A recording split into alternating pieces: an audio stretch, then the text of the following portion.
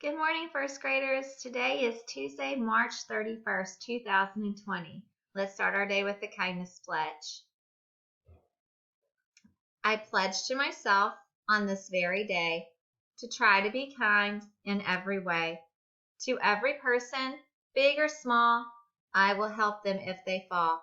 When I love myself and others too, that is the best that I can do. Friends, I'm so excited about our Zoom meeting coming up this morning at 10 a.m. Remember, you're going to want to bring Read to Self books that you can read for at least 10 minutes during our meeting. So make sure that you bring enough reading material that you can read during that time.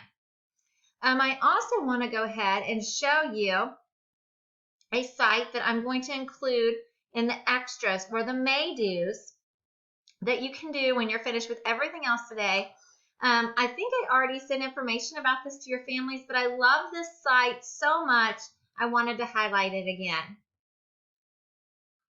So you can go to this site called Scholastic Learn at Home.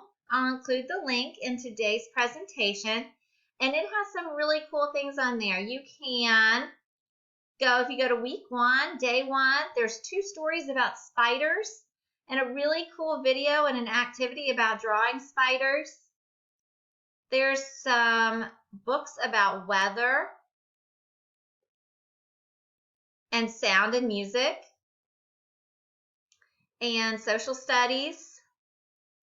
This looks like it's a story about communities. And then there's a story about bones in our body.